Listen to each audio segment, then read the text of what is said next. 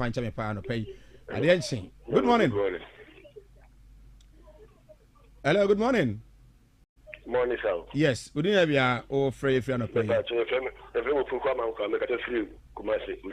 Oshim, Obuku Yanko. Meda si bebre no muduma pa mudi. Pa se mudi chuma fasa. Ezra 94.1. Platform is where an number program is na omu defend but what's about simple. Then ni emebu esip every. And one say we can say e bi akwansi na ba na be defend there and what because say nyama e koso man na me ede. What your by university am na wie abetre fie. First year na also onkojo afu no what did they kodo afu and we decide they saying obeda kura afu e dey say o ba o kan dey be wa o man no nya see defend parties no right, and so let us say 0558 620 0558 620 Hello, good morning. Good morning. Good evening, be free. Make us free edum. 94.1. Yes, and paying for baby say we oba. Na o brains no e wo forma. Wa dream wo forma. O body enebre. Ezra so na we pay. Na wa dream wo forma. Umba enebre. Omo si area si na na call COVID. Any area si na yedi. And so any youth no it journey free a country e another mind so. Sa mind no omo so we area si mu hafe. E den na honum timi koso na aha e say Emaya ye wa asase. Ezra 94.1. Ye wo nwia. Ye wo gold. Ye wo nsuo. Ye wo diamond. Na ye ti wono ni ye bre ni empala na bre dwane fi obukru. Oti ase. Wo se empenyimfo e wo krum ha. Empenyimfo adwen be no mu yusu. Sebi o. Ye empenyimfo no. O ma adwen e wo fo. Intina buy the aba. I know your culture no. Because no. Senior, menasi. You see, at times, a hard drain, but we must be mindful how we also communicate. Good morning. Hello, good morning. Yes, sir. Do you have your free? Me free Kumasi so. Me so the message say. The woman say, listen. So we be free buy. On say Royce buy then you must be free Ghana ho. So shoe factory, pioneer biscuit near you na you know ha. Obagu ni na. What's a penny for chichi be ma e bitia be ho ya pay me come do kafa no. Oh, it you try be through. So you many na wo kumase na. Oh, ada won sa fa ne sanka. Kedi tanya adwuma ye. Oh. Eti mu e give up. Say the girl see da many say adwuma padu brawo e wo bi wo. Oh. Eti aya adwuma be di free no. You to know me adwuma ya no. Ntanyi fo bi am di kan na say no. Eti ma ba no wo pa no. E ma no mo be nyamo mo kire mo ndc ba ye. Aya no ho kire na tamis no ho kire wo adwuma mu. Sa na mama so ho kire no. E na ku fo so ho kire no. But wo be bi free. Me sure me san san ko me da say.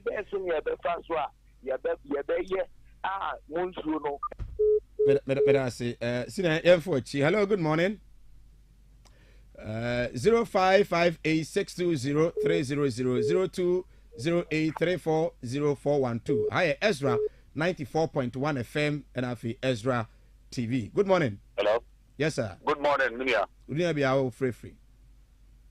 Medinde Dauda, Mikasa free Elembele. That is Bonzoke and Amakofibua ho. Honorable Amakofibua and Bonzoke for Mpekwaso. Is it a Bawa I know from Ankobra Femana New Bawani? Okay. Neutral person now. Okay. So Bawa Mintio Owanzema. So in the three Zema constituencies, no. How are the youth or a survival in the western region?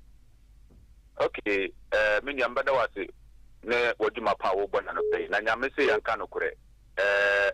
my friends are my brepa na mesaka no. Now youth ewo elembele. Evaluate mojura ene jomoro no yamesi yanka no koye brewa hapa. Ade nti na make sa. Nkofo bi awie training college a sisi omo pa adwuma ewo teaching service ni mu a age so omo 15,000. Omo youth power we training college na open teaching service no this we 15,000 and I say 20,000 me witness pa asana ya fan wo teaching service no sa de na service be politics na me me ki bi a wo be ada we people teacher akura mpo na and I say we your friends we distance learning corner say wo paduma ya no an say na post 2 what you be bia but na de age say wo tieska. The same thing applies to security service. Ubanzama hana ajuma na ewa ha nyina sebe. Ezra 94.1. Edunti youth na yaba no. Na me say yanka no kore. Ade ba ko ana ye benefit well embele ha pa no ene Ghana gas na su ho. Ono bo mo ko bua the then energy minister e de bae. Eno na ebo an kakra. Ene dia ewo aziema ene Avalojo Mojura and one of but ye brewo and trains the district hapa. Intermedia may catch a about with the Yamasi and Kano Christian to Santa Padia by Bunu Papa. I see. Okay, and I see. Good morning. Hello, good morning. Morning, brother. Yes, Udina Bia free on a pain. But a friend of them, I don't have them let them see. Katafu Bugoso. Bugoso, Pristia, right? Good. Into you. Kakam walk and say, Ezra 94.1. Would you want to do? Now, can you imagine the mate from no movie? There's a movie. If you say 2030, it's the Benari special. A mom who was in your can do today. You compared to Macra, you said 2 years working experience. Obe wako university why any service 1 year. 2 years working experience. But Okonyan way. O my ultima what we school compared to my Obi say now first call and say who we are compared to be. No be wako papa train school fees am wako university every year. Compared to my we say I only had by a man and uncle Yedma for an annual Yedma crowd tell land the crowd big in the land of William Scout here. Ezra 94.1. They were very invested by any service. Uncle Big for such can win on their cost business. Your campaign for my anchor. Or my ultima, they say, Uko school, say, will be also Democrat, will be a potential democracy. Who school, you know, this this says going on. I don't know my ultima, young Kayan pen of Cressa. And to me, send my bulugana, Mabulo, I swear the Abana was to step my bulu pound. Okay. 2 more calls. Now, yeah, fancy. Hello, good morning. Good morning, teacher. Yes. Mr. Who's your too? Maybe I should be the American and say, you mean the American number or mobile politics or program decision. But when Pataman here, the share you see if it be the kilometers of Hawaii. Will be no kilometers, or high time, high complete house. But and what happened if you are the food over is a cocoa food. Meaning, and could have with your 500. Also, you know we are so TV on Ezra 94.1. So WhatsApp line now at that TV show no. Just make you comment no you get in touch na later to one amount. Why? Okay. So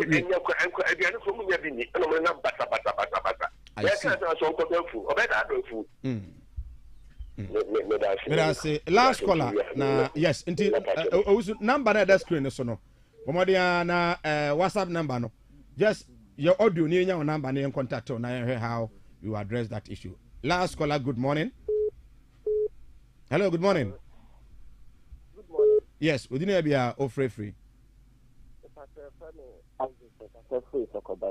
Sokoba into.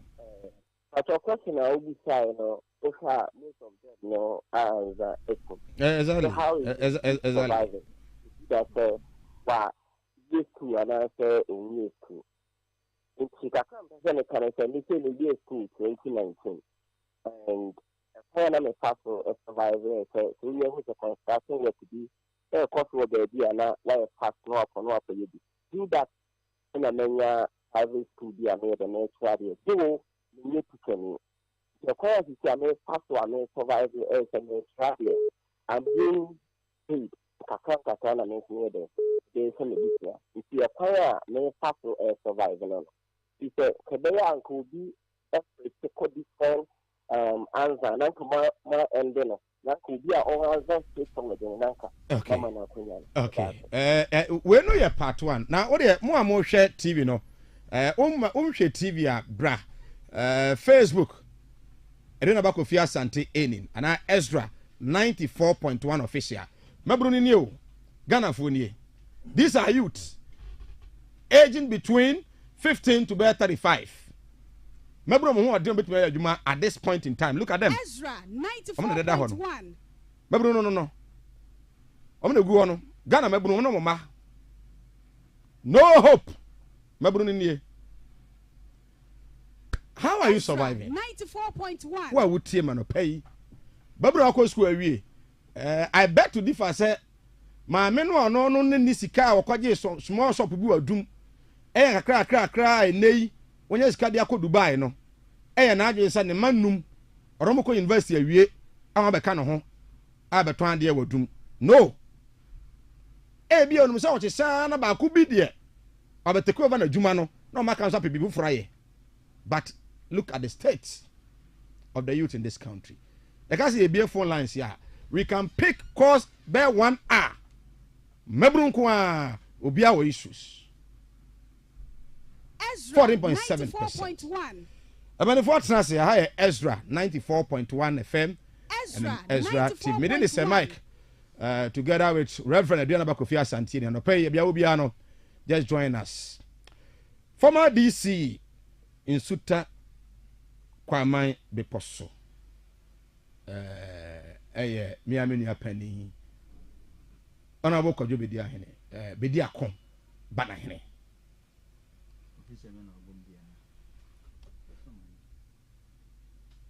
Honorable Banahene.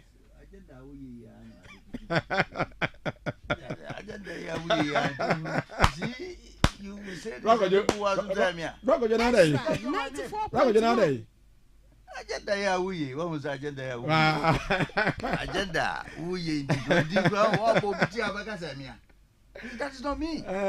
Okay. Ezra agenda wuye wuya no pay ya the Ezra for my agenda moye regime change ya wuye husisi e ama for beka se midi no abo nyamia nya bidi no bidi kojo Banahene bidi akọ nya bidi akọ Banahene o kan say bidi ba foforo okay sa no akọfa nkoda bi kaya yofu a ende Dr. Mahmoud Bawumia Daruma wasi dan bi wa kra yesi bi okumase ye trade wo akọfam ene wakwa and I have to say Ghana youth. You can't say Ghana youth. History generalization.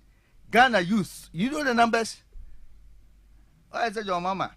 Oh yeah, capitation. I said the man, no the Ezra 94.1 population. And all the the sample of this Eshedmas. Train.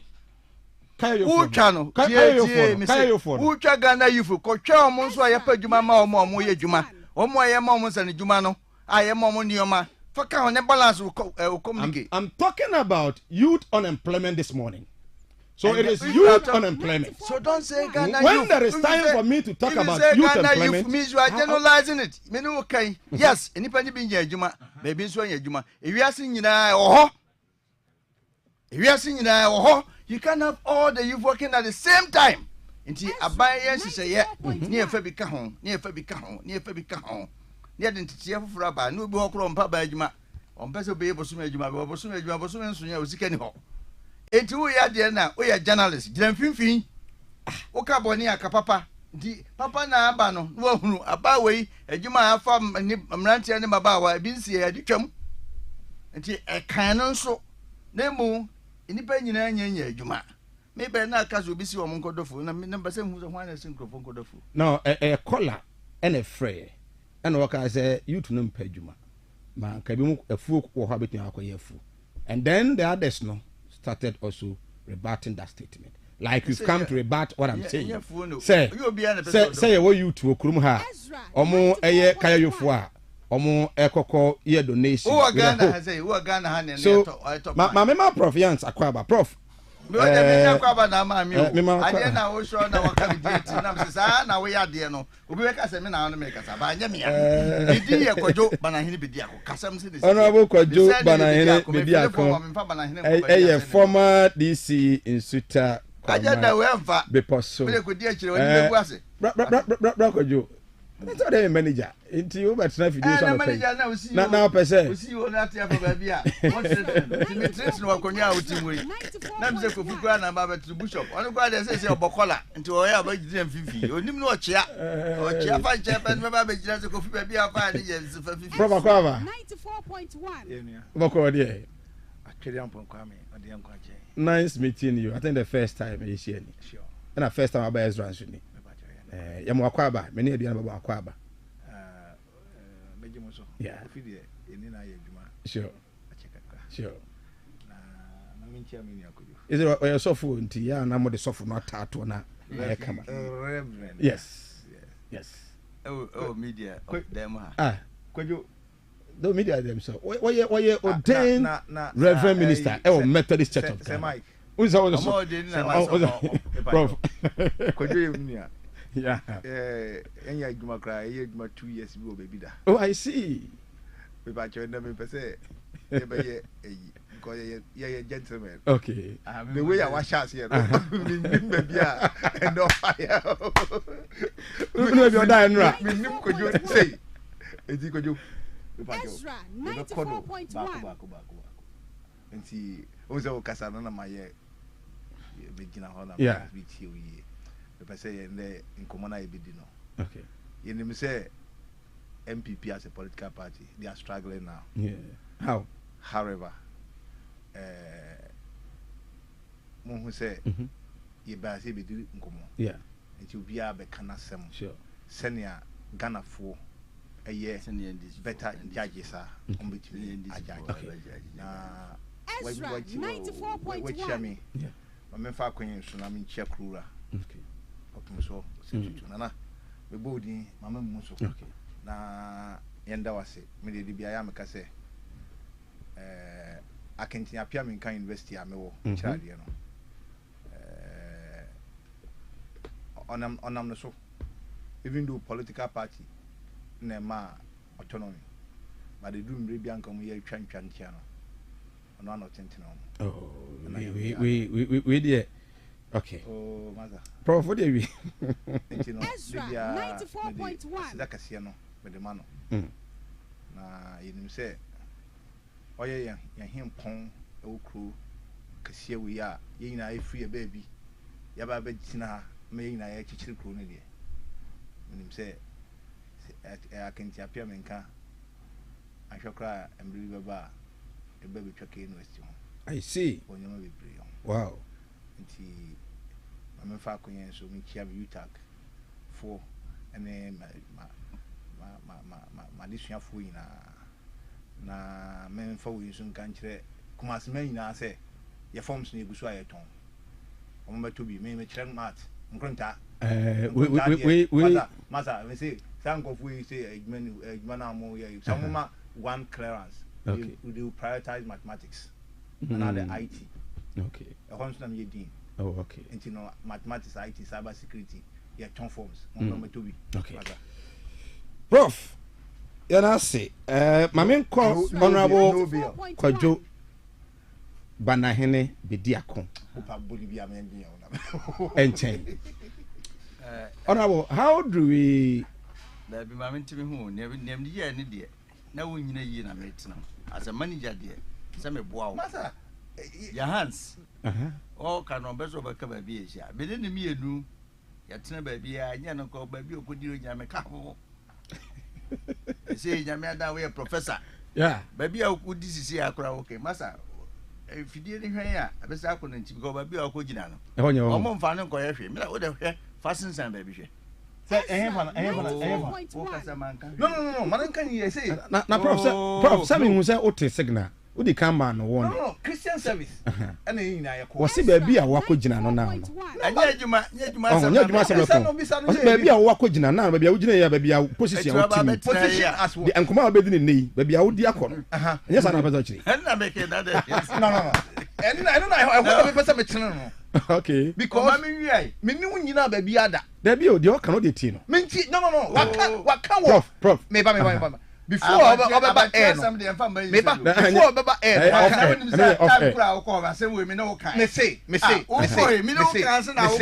Manen kasa yi because you are carry there. Oh, professor. Right, Prof, NTC. Yes. How do you address youth unemployment? Now, my mentia. Ya umbre. What are politics? Wechian. So by my mentia. Or in a cassia, and I see to you. Yenchiano, no, Ishirano. Okay. Ishia or Ishirano. Sana, Santia Mamre, and the entity. O mama Kenyina, Chiam. So come and share your mouth pointing for Santon and say, Inti and a pay, Mammy Shana to answer to a baby, Santa Mera. Yans a dear dancing in the beach, or in a popular pot. Ghana cry and the dribble beneath here support a buying a copimano from Montpenico for some Montpenny Rollins so. Omedano, whom you now call the Bano da Sotiho. UN, no number whole international community, Nigerian scholarship will be a scholarship secretariat, no more a month for Scabia, Scooby, or a choir, and 60% of Munina chat to actually. Into the Hene, I mean, okay. So a bit of same way, what now, so 25 years ago, and I mean, Coswa amount, and Coswa Boba, Santa Mani Ghana. I mean, chairman, original chairman, so Bernard and Chibusa, which I'm out to me.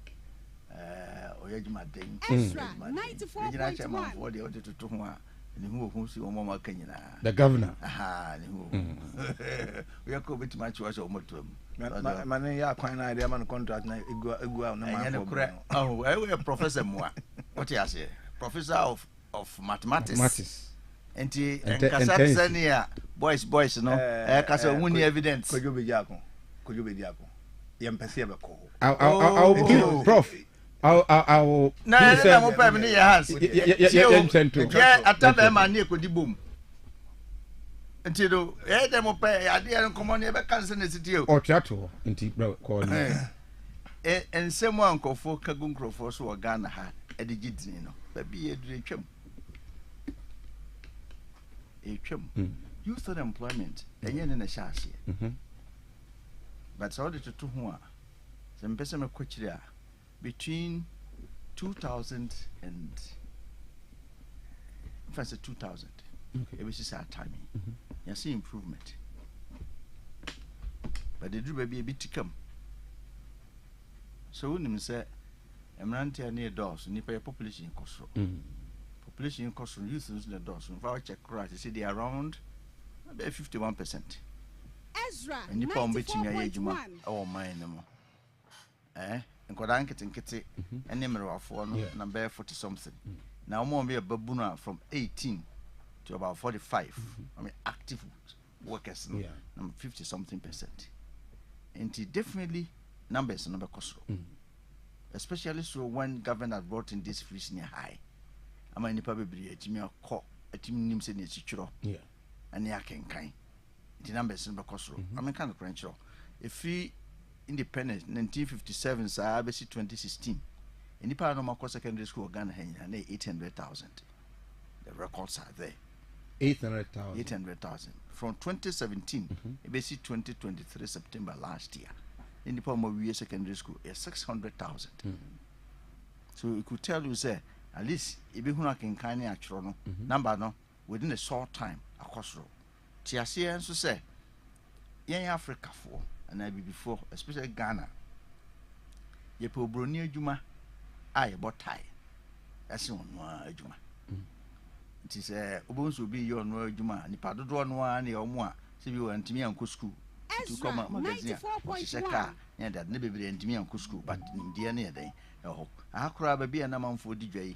Be a doom business people market obi anti but nipa no ko school apɛ ne ma me fi say we school dia I was okopa adwuma foforo nti pe police ana soldier ana fire ana sa ko university owie university pa even wo mo kro mo koye agric university no owie ko na asenka ba bi okoye adwuma no onkoko do because the perception ya dwene ye say afuyo mfaso ni so what you say because what the period no afuo no say na wo do no watimi abeti dai but dey say na beto no onya 1000 cedis ana buru say na beto and onya 2000 abetimi dey sha blocks nti that perception na wo honom no nyina nti ama youth no bebere pa adwuma e fita ana so obeko police na obeko yi we invest ya nti bebere those days and ka say home resource to so be nurse ana so obeko teacher training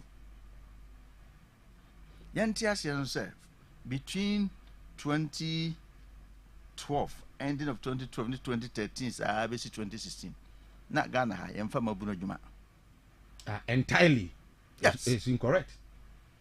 Entirely is incorrect. 94.1. You call IMF no. Yeah. You know. The condition, one of the conditions was say, I was a bambi wedding. Ezra 94.1. It is will be free more near the BI day. Ashim. Say a Fabiqua security no because of his running obi inside diasunti. Yent mean fat numbers na ye pay. And in this agenda of NAPCO buy.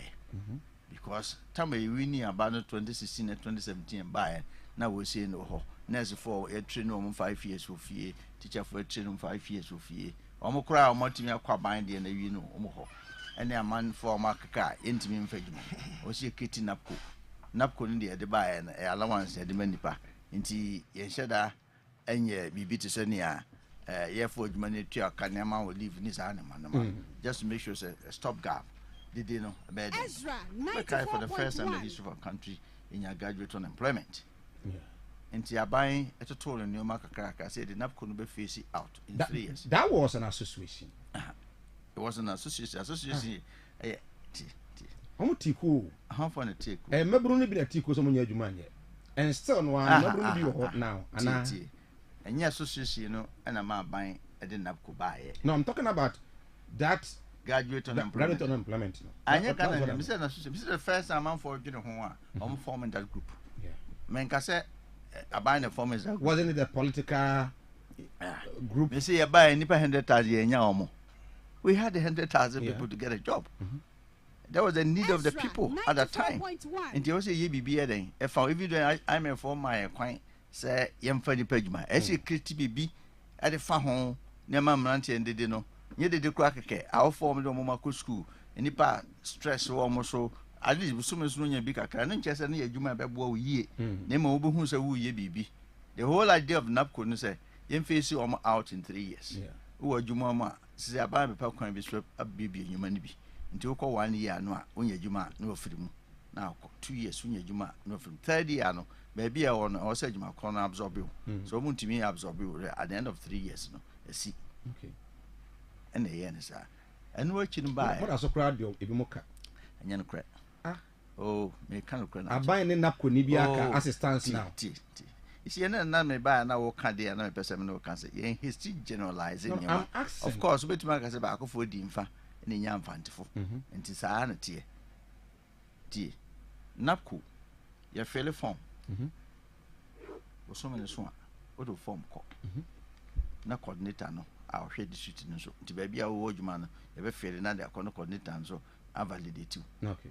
Some of them no me you for make us so much tin you one man no bone.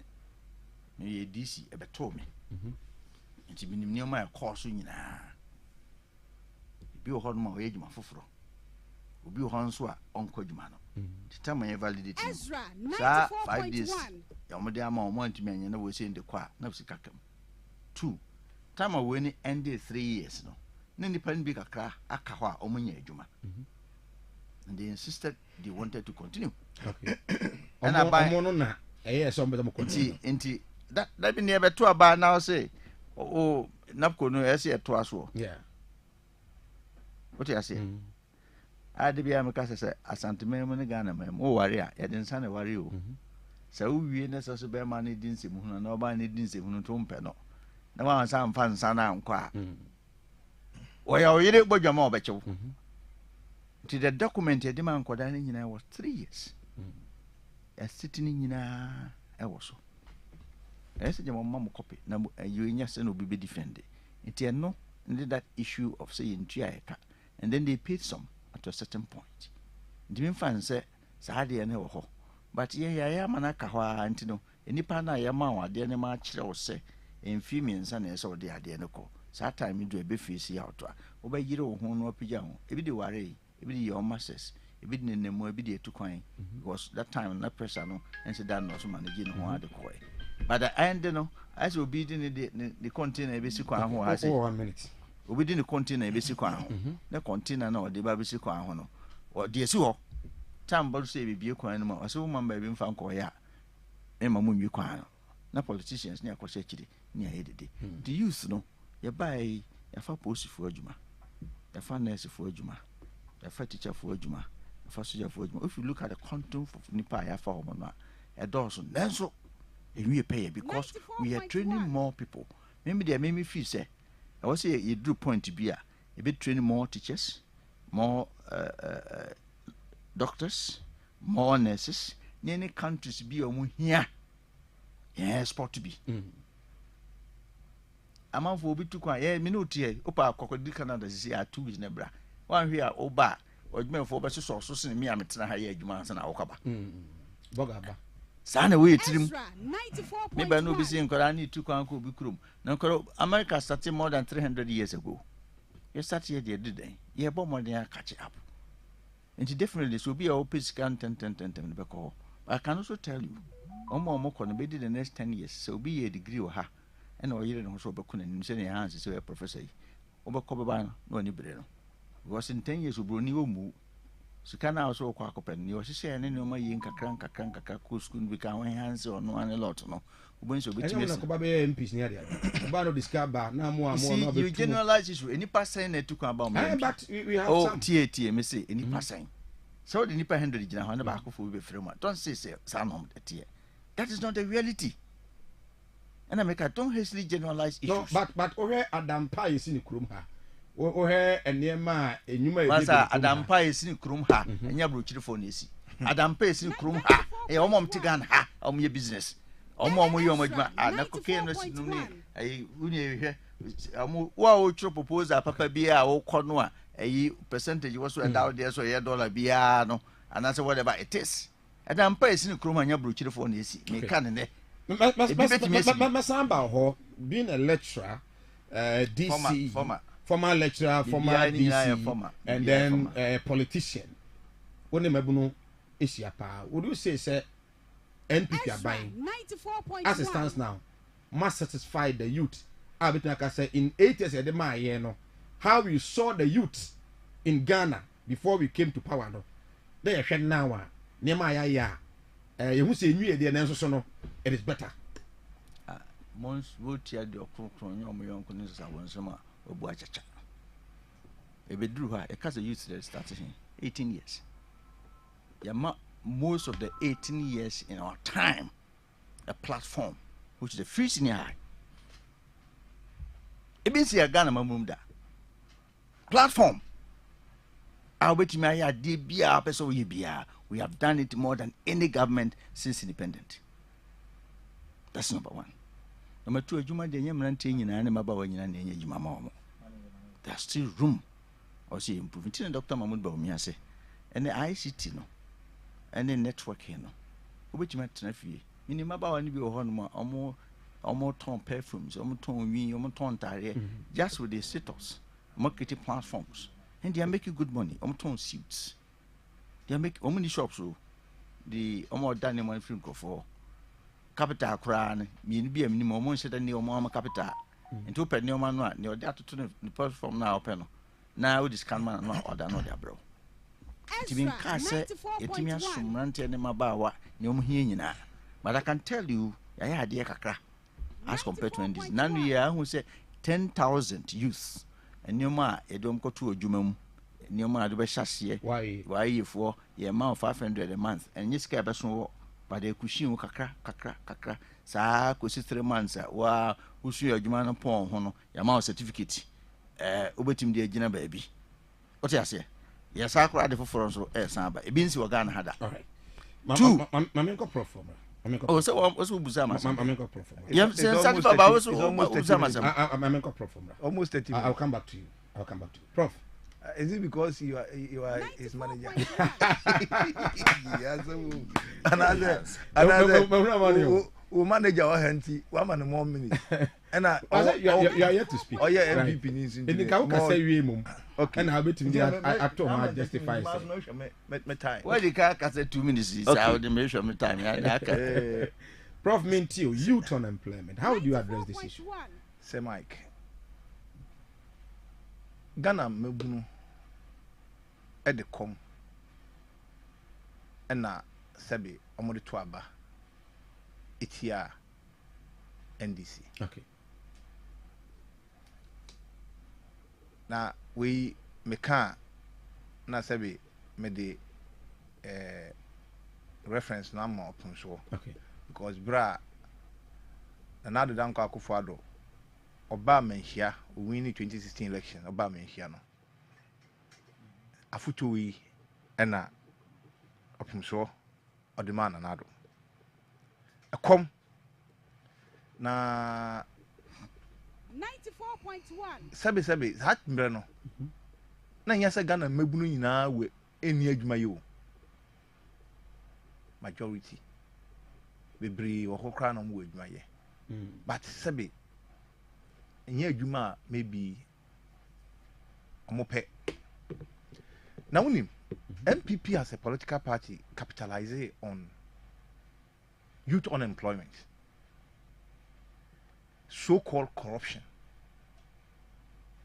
and na mudi wini aba ewo Ghana ha enti ade a wonam so ede beje akonwa no de emba emfa nsem bia mba mbefafare ho se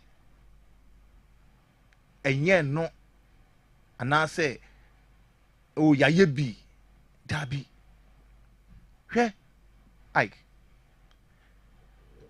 menua bedi akon e ka kire me say unemployment from 2016 to now better. So or comparison. Yes, comparison yeah no. Na me ya obia ka bia oh don't be in a hasty. You are this so as we speak the unemployment rate Prof. Yeah, me ba. How dem we be your reference and ba me so me reference. Me ba. So what ka kire me say unemployment rate. In case me no na di nkomo. In 2016 unemployment rate was about 8%. Yeah. Okay. As I should speak, it's 14%. 14.7. Good. And you know what are you talking about? And now the Baba say free SHS. Sabi. What the wa and I say so for ba na wuni na wa you should be responsible to take care of the child. And you know say ya de Ghana ya de nkola ko school we should be responsible say nkola no mu ko school no omu nko school mem betena fie. Now you know the problem that we have as a country. Obi obeko GHS be wi a or you very comfortable so because you adwuma. But obi obe secondary school hardly say nipa no be wi secondary school no be kasa me san kwa kusua adwuma. Yeah. What am I gonna say? Enunti no unlike those days na nkola enya opportunity anko secondary school a otumi sua adwuma onya nsan adwuma no. And then no by the expansion of the what do you call it? Free SHS no. Ama nkola no enya akwanya akọ secondary school. Na mo wie a omo nya akwanya say omo nkoso me kusua adwuma. Enunti ena John Dramani Mahama ahwe ya no say look. The youth no adwuma ni ho. Ena nde wo wie secondary school kra na obi a wo wie university e wie masters ni adwuma na wo a wo wie secondary school na wo kopa adwuma we. Enunti so we secondary school before your entry point into the university awofo munni dadwono eno ane say wobema akola na akotofo okoto form ni wi a on apply akenti apia minka university department of mathematics and I say department of information technology and I say business department we ma admission waka akope baby abeda school fees out by entry no there jai aban betua. Prof, I'm not getting me ba you can employ him unemployment. Wait, you said say and say awophobia na obewo ba no should bear the responsibility of taking care of their child. Yes. Then why is Muhammad doing this? Why is Muhammad not allowing awofo no and bear the cost of the first year free tuition? I didn't want country akufo this awofo no bear the cost of the first teachers. You are saying say me ba asem me kan no anti na we dey manager to food ya dey wati. No, it's me ka me no say asem me kan say so wo say wo ba you should be responsible in taking care of the child. Exactly. There are so many ways of taking care of the child. Meaning wait. Why wo ba no job person on street aduane kro nya bindi anambwa. Yes, definitely we know say people will give birth when they are not ready, and sometimes there will be difficulty, and that is where I think that free education is a proper policy. Because me I'm me I will never tell you say I'm coupon baby I wa me crashini by to say me baby dui. I can never be ungrateful to God and the mother Ghana say me try my ma. I can never be ungrateful. Maybe Kojo will do. Because you think he pay tax. But I think that ya won kofo bi so an certain ya anya paint no. Ya won kofo bi wo ho so ordinarily omuntimi ye. Senya imbre bi atwa mu no. Sabi na maame anasa me na bi no. Ono wan ko school nti ana wan nya adwuma bi pa bi aye nti no. Ontimi ye. Na nja gaga ndabia me adom. Me a lecturer, me a professor with university. Abba. Me go 5 and not 10 crowd visa me to me young. Abba. It's my make can I say. Send ya one question the first one. First one a creative problem. One man omo adwuma ye. Awofo na omo ni skenti ya di free SHS buy no. Sa awofo na still omo sika sam no kra no ato ape. Okay. Yentimi man kola na mo wie SHS no entina fie enam se na wofo no ne maame ne papa na adwuma sei onya adwuma ye sikasem aye basa enu ntina kola ntina fie en ye koya na se bae enu nti na John Dramani Mahama say first year in the university your fees will be sent directly to the schools after you have registered.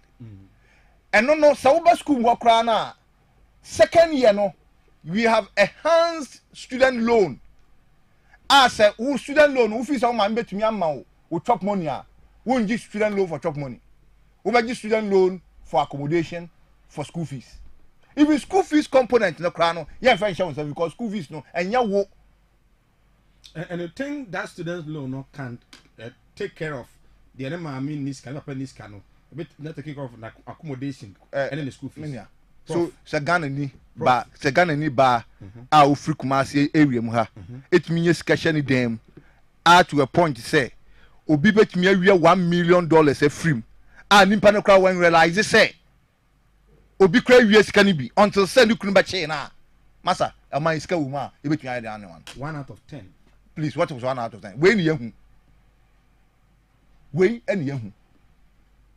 corruption dream katasihye ekoso o man we mu no eno na ama enoma mu aye din enu ntini me ka kire say ye betimi aye na sabi na kuvo adu ba o man we mu obedi a president ye 550 something billion Ghana cedis no wakoja those youth no there omo da so school me ba omo ma wie school no amunya adwuma anya me ba ntina ye ba no. How do you address that?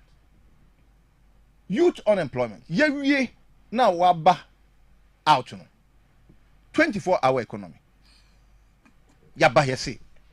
A country na ye woman industrialization is key. Exactly.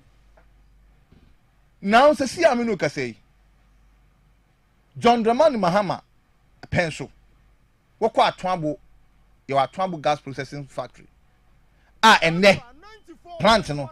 Ene na ama yani na munkani yi atumi agina so because hambre no. Wo beti anu ye say ye the West Africa gas pipeline. Ye de omo ka ntuaye. Omo twa pipe na omo de gas ebre me ye de ahwe ye ni nam gane no. Oman panyin na sabe odwin ne man ho. Adwin adisi ho.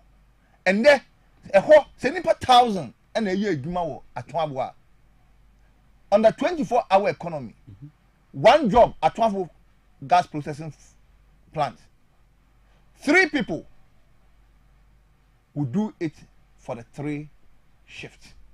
So if it is 1,000, we are tripling it to 3,000. The question is, what call Yasantuya? Kasa prekunisiwe. Se kra na sabi galamse fwa say yensu are under this NPP government. It should not say to a point to say even Ghana Water Company cannot treat it. It means to say safo no mo yensu no they need more because a lot of people now no omuntumi pipe no kra just like that. So what it means they say at kasa prekun 24-hour economy. So buy into it. There's demand for water. Anamwa. And you know, obetumi apeke more people to work. Minya. Eya de bia meka say. Endra me na me ko Navrungu. Me na mo ameba na wo hwe kwan ho. We na MPP for the year campaign 2016. Ghana have a lot of arable land. Brofo kesiye. No practicality. And no more can ya see. Ghana free SHS.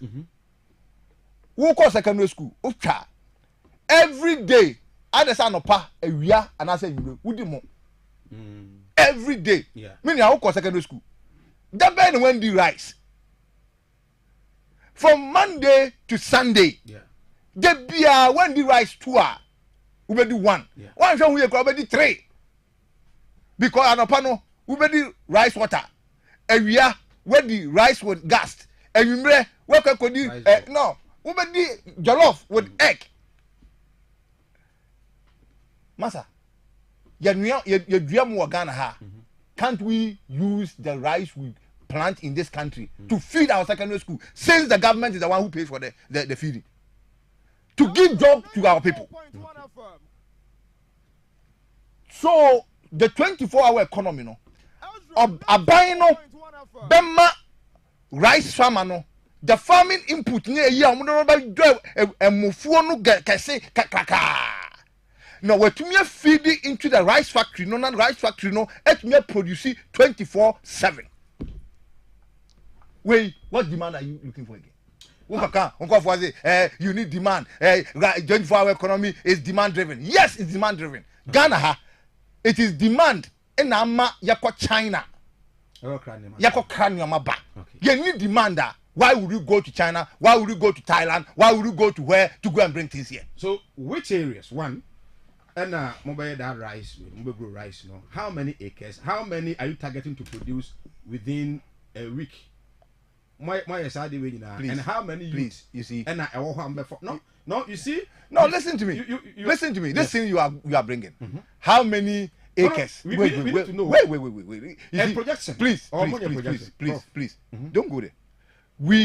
I'm telling you that I cannot tell you for here that we are going to plant 1,000 acres of rice because the youth, the farmers, the outgrowers are I mean, we want to buy into the what do you call it, rice plantation. Who determine how many this thing and even the input we are going to give them. The point is that the idea is that we know. Projection. Who told you? Projection is very important, but you cannot tell me say how many outgoers. The point is that we want to feel. If we wish that even we don't import rice. Okay. We wish we don't import sugar. Okay. We wish we don't import so many things so that yexikano sabi MPP for G at 4.0. I say na could do 16 no and can de see the hwa and ki ho toye. Ni nyina ka ho. Omo ka kire ye say. Oman na ngasa sika wom. Enso ne omo yin hu kotokuo emfa enhyemu. Ni e ka kire on say 24-hour economy no. E bi ne ma ka kire on. Look, a industry led first. Then you come to the service sector. Wait, is it going to be a PPE? Is it PPE, public PPE? Yeah. PPE, look, yes, because we said that if you want to buy into the 24-hour economy, the government will support it. Just as the planting for the one district, one factory. One district, one factory. In fact, even NPP at the time told us that it was just going to be the government is going to do that. Unfortunately, 1 minute no. You see, yeah, my show time. There we go. Maybe I'm a manager. It's okay. You see, the man can say, yeah, wo baba say, yeah. Oh, what percent will buy into the 24-hour economy? Yeah. I buy no one share el homa. Yaka say electricity, you better swam tax, you better swam out. And when I say, whoa, yes, I know many na abwa Ghana mebunu, and my you are more free in Juma or Munim. Mamma can be vincho. Could you buy a catcher me say? Bra, and this go hono. Any young fat uncle for. I was putting it to straight. I feel you know or done. Look, NDC time. Yes, we were under IMF. True. However, there was critical areas in our economy that we employing. Health, security, and other places we employing. Must I correct it? Oh, when correct it? Nurse 40. Correct it. Nurse 40. And then nurse 40. 3 years. So I say 3 years. And then nurse 40. And then nurse 40. Nako. Messi we are opa. Diobia time. Be 1-2 minutes. Na be sanako for say we are not kwa friend. Wo magina ha sabe. Me nua ko joba yan hene say MPP aban apakakra DC bia maw na sande wa yiwe free ho na say sabe minu ina na ti a memfa e magnap koni a sabe odde ni ato so modi unemployment is can no man maw adwuma na nda wo ma adwuma say wo ye obampeyi wo wi wo ba yi na yi o man say ya de sa. What are you saying is say napco for as we speak, there are napco trainees who are not paid. And almost buy the question point is say wo 3 years. Into wo fi say wo ntumi ntu omo ka bi ma emma omo enfo money nto so. And now mo say mo pe sabe favor from them nti. Oh mo nkwaso ye betua. Are you a serious government? All right. Prof, may I say Professor of Mathematics Amstead. Or do politics, yeah, master. Or do politics already. You must influence so. You must influence because as some more Kenyan who are did it a beer. Some make us say, Professor Hansa, I better console and or Cassava. On for classroom, dear no. Emma, Mike, please, I take strong exception to what you have said. I agree with you. I agree. What can you tell? I agree. I probably agree with you. The data they say. Data me kind of say, is it not factual that when Baumia was coming, the CD to dollar was 4 cedis? It wasn't 4 cedis, it was 4.8. We are mathematicians. It was, in fact, at West, your own Canadian Japan, West said it was 4.2. Let me take your Canadian Japan. Your Canadian Japan. Is it not a fact that when the Nano Danko Akufuado, Eba, Okachira is on the economy on Yadi? That is why he has brought Dr. Mahmoud Baumia, who is an economics, who's PhD. And you know kind. We are fact. And now if you say research is only quantitative. You. Master. Yeah. Miss Wan, I said, no, what's it? I say, Mike, it's you know the man and chick on sign. Sir Mike, Prof, say when you're happy. I said sign because I take strong exception to the statement you made. Exactly. So meaning and you know it. On farmers in Memuno. No, the master bem.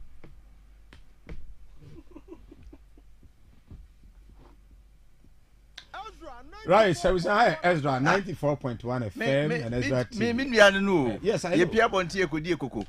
But in America they say 4.8 no. They get 4.8. 4.0. And can Jambo the Japan say 4.8. Go near 2016. What you go? Tie. Your hands. President, say Mark tie. See them my uncle mama come. So say okay with the master bem. Ghana for Professor your hands or the master about discussion no. Why? Enti ma hwe asan. Mo anso mutie ye, enti ma hwe asan.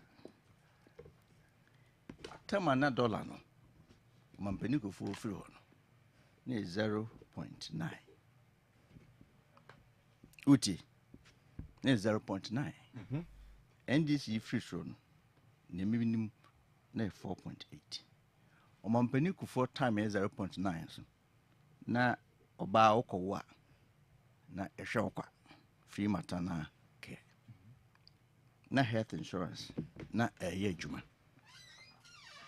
Na teacher for the nurse for your formanty training allowances na otua. Mampani meals. O mampani ko for time ko na school for utility bills na otua. Capitation grant for basic schools, primary school ni JSS. Na otua. O mampani meals in nia na be the chair of the president, the former assemblyman, the former MP, the former deputy minister, the former minister, the former vice president, the former president. The time na dollar no ekwa could do 4.8. 4.8 no na health insurance agu. About 2017 health insurance normally cut 2 billion Ghana cedis. Yeah, fine. What them fans say dollar is 16. Mfan say 20 kura, dollar is 20. Mfan say dollar no, 20. 4.8 no. Na teacher training ye twem. Nurse training ye twem. Capitation one tum da one tua. Invest lecturers, research allowance utwem. You introduce bills ema universities. Who invest here? I was saying invest no utia bills. Utility bills. So to invest in utility bill students and you charge them. You buy you find $20 no, $20 near 20 no. Yes, I did before for bikura e be my gun haba free senior high $near 20 it you free senior high. You dream of brofo nyam sum papa bia ni wiase a esin se kunafo ne mobrofo ne awisia no mo mu ni bie ye hwe omoma na wokwo na unisika Ghana ma nkola na ye wo mu Ghana for dia na ya che watena hospital ho $ne ye 20 cent o mo ka no utility bills e wo invest no aban absorb it. Research allowance see am no ka 3 weeks ago 32,000 e dey man lecture bia. I see the prof nyane there. You see a mama research allowance. Me more did you. Oh no, book and research. Aba.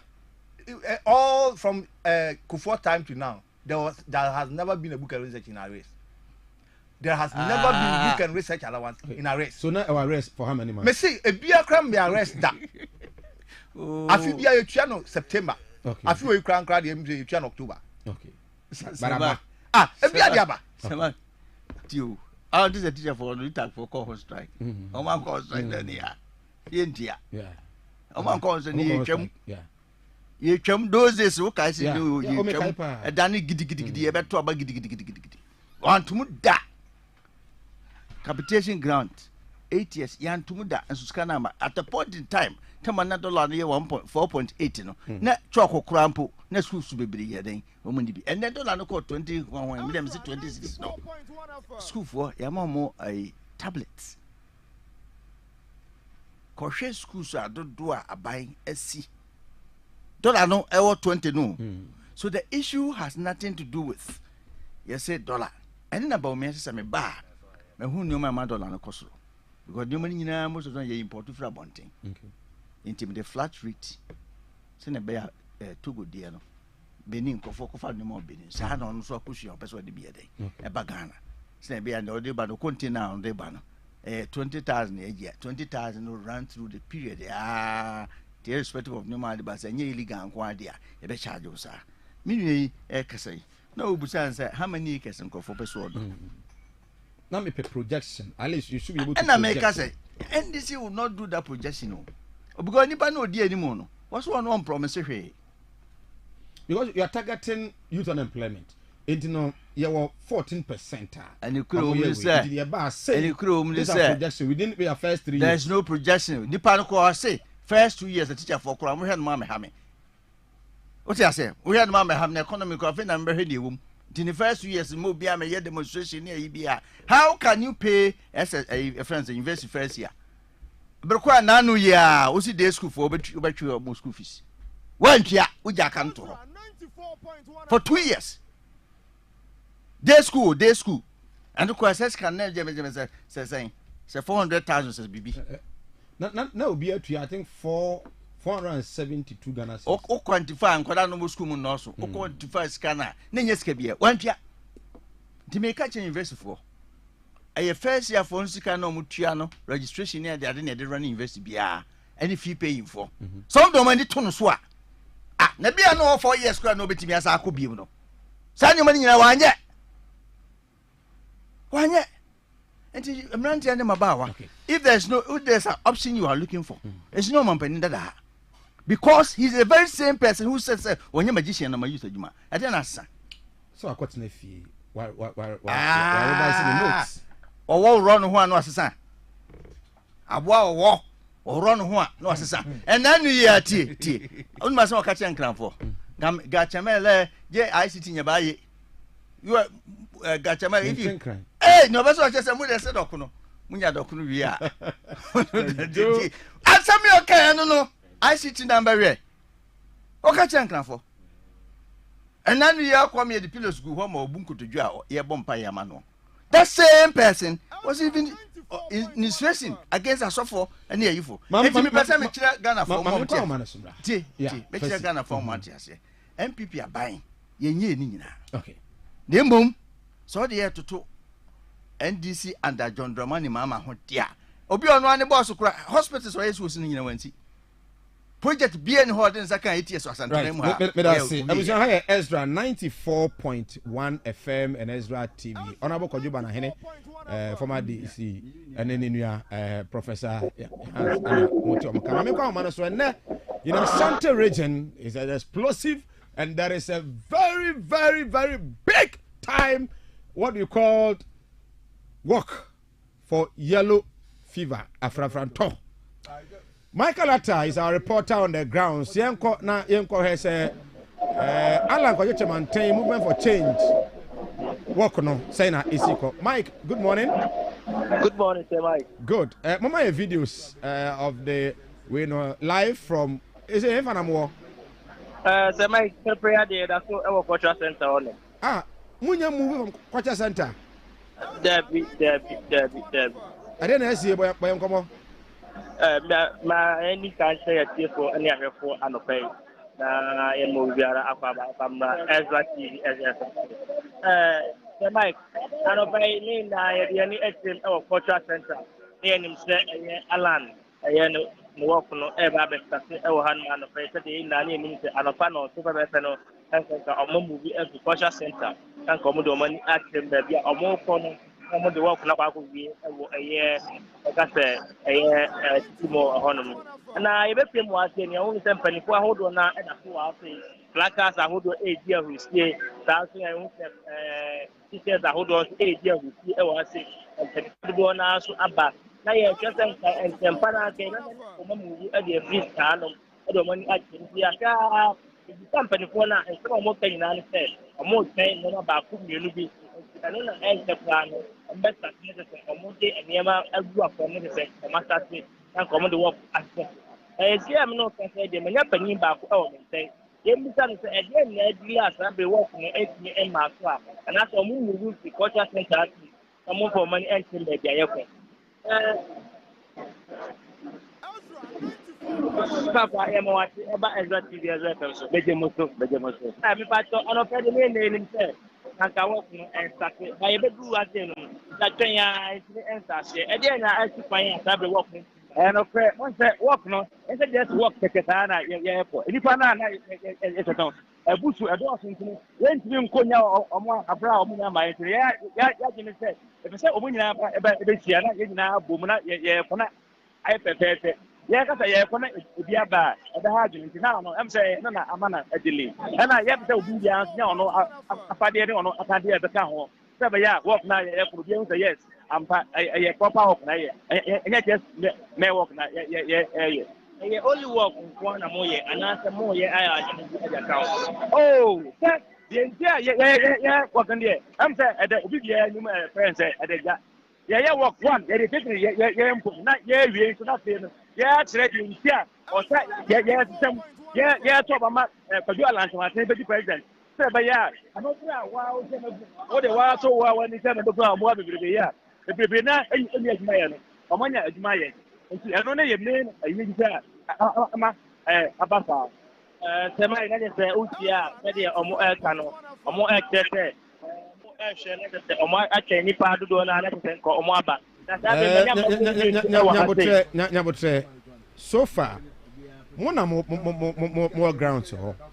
O share, Prof. Madam, o share said the first walk no echo now on my schedule 7 a.m. Say I'm back off from Culture Center. By this time, you know, come on, I'm doom. Now videos I share ya. Would you say be an uncle for head so they are still waiting to see say umbenya a donka cran san oma mubwana say Mike anopaye we fi mu akwa no nti ya na yeti ye say enu akwa no edikan executive say oma postpone the work no anu nti na amadodo na etimi emaye no but ba say omo ekwo no ene no o hwe anu nti na ama delay no adaso abansan say we fi mu ade ehunu say nipa dodo na abade na so ye the compare previous one na ye nipa edi ala na chi na you compare that previous one there make say nipa na e wa say no o so ma bade but make say kakra ka nti e bia no kura na etime delay ama o mo twen say dodo na be ka ho na ka o matimi start work no eno na mo so o mo twen so far one mo na empanifo ho a ma sport o mo say o mo akwache center no pay anofa ya mbepie mo ase de ma hu no eye ejuso peace yera kwanin e wo ha sei na ebie mo so no make us communicators I would no cinema who be brave so e ha say na ye to ye ni ahwesen ke we unu panifo na do na no omota edi o manem no soro ya hwema no ye ntimi ehu omo na ye bo na ye hwese ke be hu ye wura mponsa na ka ebusa no so fa panifo a wa ba no kro omo he omako kampo mo ba bi na ebi omo twa se omo na ye ba no ma bia na asese na esie so ye ntimi ensa enka ye wura mponsa ye frena so wait so uhunu Mr. Amwa oho uhunu odike oho uhunu ala na nkasa nso oho David say Mike me be pie mu ade me uhunu odike wa ha me uhunu Mr. Amwa wa ha na yero ala na nkasa nso no me uhunu e wa ha nti no e bia no so ka ho nti na ama delay no ada so delay work no da so delay dia ye ntimi enchre de Ezra 94.1 I see. It is still no more Culture Center. Reverend Tontimi into him free Culture Center. Emedu adum kra. David prepared as so our Culture Center on ma. After ma onu say nipa no more come on na baba wi fa akwa. Me nim dey say after no ma be start work na dia. After ma say nipa ni na eba Culture Center main gate no ano entrance on no. Ma say nipa dom ni na edo mani edge no. I see. Mike, ya na si bibia ni ebesan ba. Why? Okay, so Mike, Pacho Mate. I was auntie, and then Michael Atta, a reporter, on a D. AFRIFA Konechi. I say, I want to young tweet, or that's why Ewo, maybe a friend of Culture Center. I'm more trying to say, others need to a account of Culture Center, no more trouble, Eddie Abekrum. Right. Prof. Yes, sir. Alfonso. No, but what can I change me? Prof, AFRIFA Kitwe, just 3 minutes now. NTC, you mean AFRIFA work, no? Yeah. Me give you there a sabotage. From where? Mamma, tell you of any Hobson. Us in the day, MPP for sending a bulk message, the mass anti region. Wakonya data. I mean, this one, you can call Hobson and he can confirm for you. And you know, they send and like over reporter also kind there. There was a bulk message be out there in comfort work na yamba do. This one that message. Good. Yeah. Good. Yes. My hear say beti me ne akwasi ade odike Edin Komwa briefly. Your Excellency. Good. Around mo ho ya there. Hello. Mo ho ya there aropai. 94.1 FM. So far mo wa ni.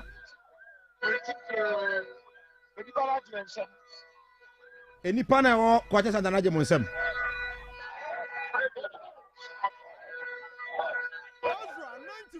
Enipa na wo kwacha sa danaje mo nsam. Odike otime kan. Okay. Mom for a different line through the cable. Yes, Prof. Kwajo bana hene say Odika reside. Oh. So can offer. Oh man, yeah. No be can o eh there. Yeah. Oh man. So catch yourself what translate ya. Yeah, translate. Maza, on pharmacy. Ba, something go ha. Yan kan. Odika na wa free ni. Maza, and according to sources no. Like MPP for sabotage. Sabotage ni say enam say schedule omo say omo send a bulk message e de ma Kumasi for say odi your friend say align work na yamba so enti omo so ya fast enu nti na nne ekwekwesi sa no but maybe ade bia ya meka say asantime mu ha no sabi yen ni mu bebre efi baby na aba ha hanso na yaka ye be hwesa asantime be koso okay. MPP as a political party, seriously, I'm with the Asantiman. Remember what the Asantiman in United say. Asantiman and Kosovo, a kenchi. As MP, look, Mike, one man can crew. MPP bus would be and no man and Kukoye, but and I'm say, oh, party at the war, ye the tray of Funuma. Menanan cancel na one or motor ye, and yes, we are two ho. Min ya nom. Mon man's science, sir. Namun twaba. Emma John Dramani Mahama. And there may catch it would like yes is wa. And I'm saying John Mahama. Or drain share kind. Echo farm Mary. And the car power. And an apack of FBC. And Maso. Emma ne. Ababa stabilize energy. Ewu Kumasi. Ni ye kan say hwe align ba osi oba no de sabe e MPP fo e na oni omo edi akansi NDC fo de ye gina e baby ni ye kan say MPP fo you should be fair with this man wabo amoda sabe sanka watumi afiri mu nchen a enka kasade afutuo na mo betumi akọ ne nchen mo di dwanto akọ ne nchen enam sabe pesemi nkunya ne mboa mo amboa no nti no ena akọ akoba ne sa aba ne sa munjai no political party de sabe obia baby a your friend saying adwan open no de fufobo osi o mpa mu biem wakọ afafranto mo unye mo adwuma some feel say the center cannot hold her. Minya, and my mom to try China. So you believe, sir, that we now information about say work now my MPP for na maybe say a one almost say almost send message now. I didn't gender so much I could go some call. But NTV this phone so please and Yanisi. Okay. I am MPP for. Honorable, just 2 minutes on Alan. Alan, I'm yes, as AFRIFA to be and work on most security false information. Your hands in Besameka. Moya must say professor of maths, the evidence evidence I can say MPP for evidence and said that of communication of the AFRIFA or say MPP for I am. And you know, you see, Ghana and Kofoka can see more money evidence, and this is for court. Say abaya to omo wini ebisa amsa mo documents omo anya show na na omo ye yisifo kikiri na ye kwa de be na mo omo kuta hwe. This NDC omo teammate ane afrafanto omi hu ni ntia sisi ya hansi kabia mafrafanto den o cha se head na ya hansi timi me wo ka message mi hunu bebi ma me phone so ono se ono so nya bi me menya bi ba o de kan tie me menya bi me phone so metim dia ma me menya bi former DC ubesi na wanya bi me menya bi nti head na NDC for any media for na wo na wo de ba be hye yen NDC for any media for na wo tie ni o na social media social media we na NDC for any media for and am de NDC for asenema media for se na be am be ka ho asem because nipa no tio se Ghana nko yie ye 16 years in power Ghana nko yie o kan ho se dwade anko yie trade minister for 4 years trade minister for another 8 years se dwade anko yie wo se ye de an hwan ko he budget o he budget na ba bia na sika kopa ye ne actual the following days no the following years no ko he na budget no na actual sika na ekọ o ti ase na obi an kan hwe say ekuo de umpa this is not the first time what no we di ka ten ho na no e na oba e na sisi so boy bie mu so obi an kwato aba ko ba ko na ke Japan sa ho apa hu senyi na wojaye en hadwene enti mo mfa ye mbem ye de ye hwe anim ye nu sa santman ye ba ye boa tio na dan kwakufu adoba o ma 13 additional district ya Semak when 13 additional district mfaso ni sika de aba district no region mu ya kwans no bia and this project bia ni wa 8 years almost as mu wie including the city assembly common district assembly common TBNC bibia ni ho de din epabosia no ma diska no hospitals am pediko for pay diska no mo we diska no free ebi kwa okuma wudi ese ye ne ba besi ye and this for ba project besi na mo kuma wu na besi ye say me say on ba mas nya juma joba na hene kuma wu na besi ye kuma wu a NDCC ye video kuma ye twa ye ba TV for chere kuma wu hospital kuma hospital Tepa hospital Sama ti asebo go si kuma wu hospital amuna musiye oso o machine machine oni Kumewu hospital oso mo de machines me ba Kumewu hospital na nesi wono omuna musiye kuma onyi na ne me ba oso omuna musiye me omuna musiye ose omuna musiye mbibile how do you term it and it depends on Ghana for no but the point is say ono gina na o ka say yen ye bebesi no won kan kire say ne o ka no enye right mudu say me ba asam na o ka ye no enye right ne na for ne 20% kura masa Kumewu hospital ye see ye boso ye peki in fact Kumewu hospital me ba so ni baby o chen baby o prof we busa say hospital no Kumewu busa say na wa Kumewu no hefa no let's talk about Kumewu what's the meaning Kumewu awa hefa aba minimum say Kumewu me say ya has me no me say o gabe e kire wa ye Kumewu na mo no what do you mean ubeye ma ombebu Kumewu for papa Kumewu enye won na die Adejeku this you matter what are you talking about Kumewu hospital and this the chance MSC NDCC hospital is you NDCC hospital is you what are you talking about Sama say eya onwa masa ma bibia nya o kan ko le you see the practice say yes ade and your operational and then say nya ye na see and the governance is continuous exactly and then so no be gina ka kire ye say onu na we bebesi Kumewu hospital na wo gina ho pictures ni ma wo gina ho now have been there before the commission no many aje kum nyina no o de yeto ho nyina ansana ye ba omo ye beto aso abubu biese na NDC or little over 38%. Oh, 38% awoka. Sikane so no madi. Na kapra kura ni ho. I say papa we you know or the manager some no e hye wo so. Why? Because asem na kan unim say enya no kran so utimi kan si nanim. Semak, ubeye uma me 3 minutes. I Ezra 94.1 FM and Ezra TV. My name is Mike, professor of mathematics, and then DC. Yeah, the case in the panel boom. So much. We say nipa egwe. Video na eba we nipa. O man ko. Say no hwe sabi o nipa na o di akiri nya scan ma. No, so no me say jama bia. Your party for baby could be ho. No more baby, no more at 20. Me, Menkola baby, no more. I can mention names. I won't as I be. Oh, okay. Because home is won't me winning. They want me winning, so dear Santa Marbro. Okay. The dear Santa Marbro and say, and this is for, and I will be quiet day. The amount. And this is for bar, ministry appointment, come on my. Your Ashanti region, how do we feel voter region, Barbara regional minister? Oh, ha. To send independent Santimemo. Yeah, cup appointment. Where your official work no? I don't know any.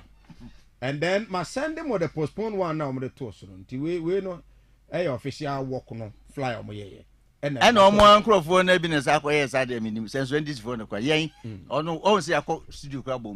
The contest is between your mama and the Dramalima. Yes, postponed one no any. And I'm saying, yeah, money didn't cry for us. It said, Chada Crabin Biasen. Oh, sir. Ye dear and come and say Chada Crabin Biasen. And himself Gun Crabacon. Tea, Asante. I hadn't fish a how. A do say about 2 bapa. No soup for her. Or call confante. What I say? You're 2 baby power confant to Fantini. Ya be apa was here, be Asante.